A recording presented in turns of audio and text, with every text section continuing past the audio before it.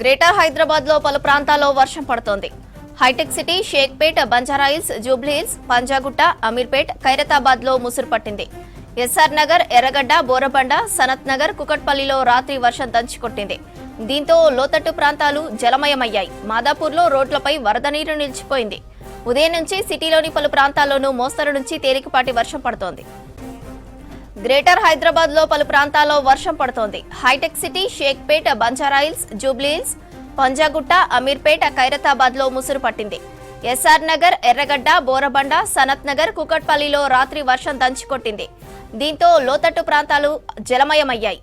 మాదాపూర్లో రోడ్లపై వరద నీరు నిలిచిపోయింది. ఉదయం నుంచి సిటీలోని పలు ప్రాంతాల్లోనూ మోస్తరు నుంచి తేలికపాటి వర్షం పడుతోంది. గ్రేటర్ హైదరాబాద్ లో పలు ప్రాంతాల్లో వర్షం పడుతోంది. హైటెక్ సిటీ, షేక్పేట్, బంజారాహిల్స్, జూబ్లీహిల్స్, పంజాగుట్ట, అమీర్పేట్, ఖైరతాబాద్ లో ముసురు పట్టింది. ఎస్ఆర్ నగర్, ఎర్రగడ్డ, బోరబండ, సనత్ నగర్, కుకట్పల్లిలో రాత్రి వర్షం దంచుకొట్టింది. దీంతో లోతట్టు ప్రాంతాలు జలమయమయ్యాయి.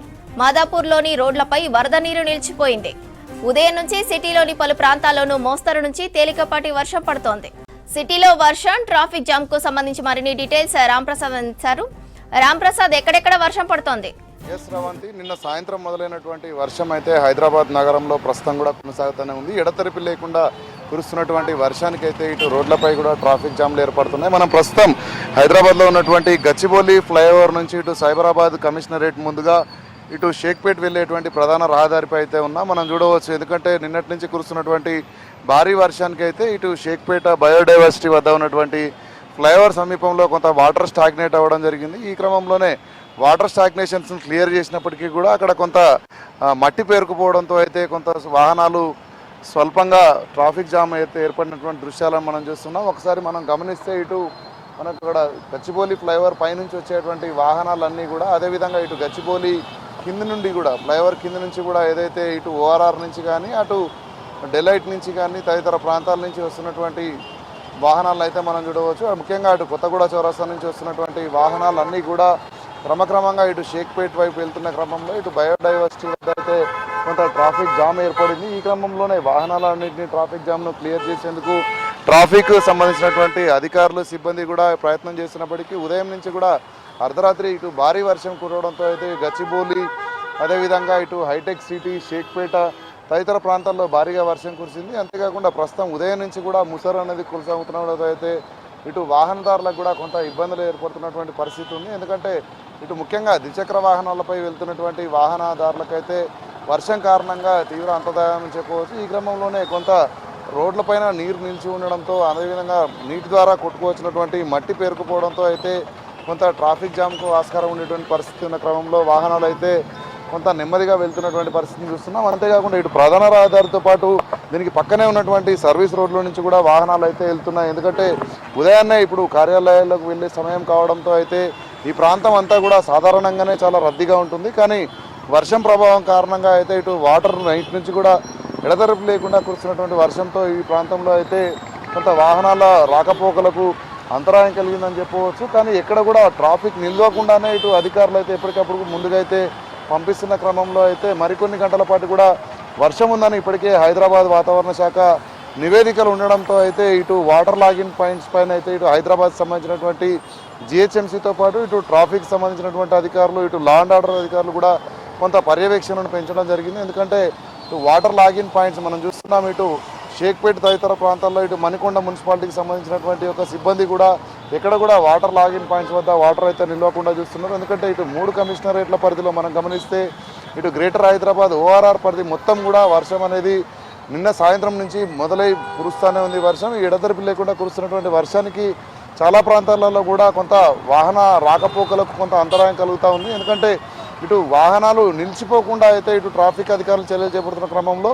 కొంత ఇక్కడ మనం చూస్తున్న వాహనాలు అయితే స్లో మోషన్లో వెళ్తున్నటువంటి దృశ్యాలను మనం చూడవచ్చు. ఎందుకంటే మరి కొన్ని గంటల పాటు కూడా మనం చూస్తున్నాం, ఇప్పటికే రానున్న 2-3 రోజుల పాటు కూడా వర్షం కురిసే ఛాన్స్ ఉందని ఇప్పటికే వాతావరణ శాఖ అధికారులు చెప్పడంతో అయితే ఇటు హైదరాబాద్ వ్యాప్తంగా కూడా చాలా ప్రాంతాలలో ట్రాఫిక్ సంబంధించినటువంటి ఉన్నతాధికారులు కానీ సిబ్బందితో పాటు ప్రధానంగా ఇటు సైబరాబాద్, హైదరాబాద్ కమిషనరేట్లలో మార్షల్ కూడా రంగంలోకి దిగిన అధికారులు అయితే ఎక్కడ కూడా ట్రాఫిక్ జామ్ లేకుండా చూస్తున్నారు.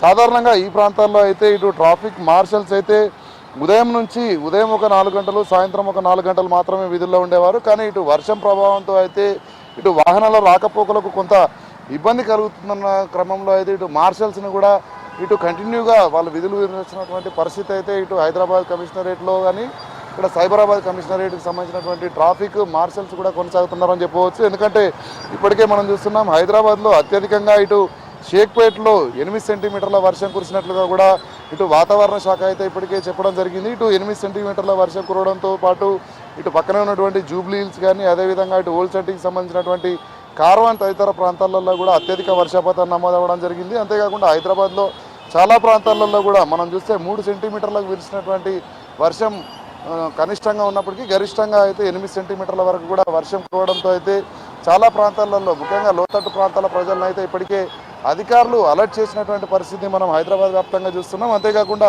ఏదైనా సమస్యలు ఉన్నట్లయితే వెంటనే ఇటు జిహెచ్ఎంసీతో పాటు హైడ్రాకు సంబంధించినటువంటి అధికారులు కూడా ఇటు ప్రజలకు అందుబాటులో ఉండి సేవలు అందిస్తున్నారు.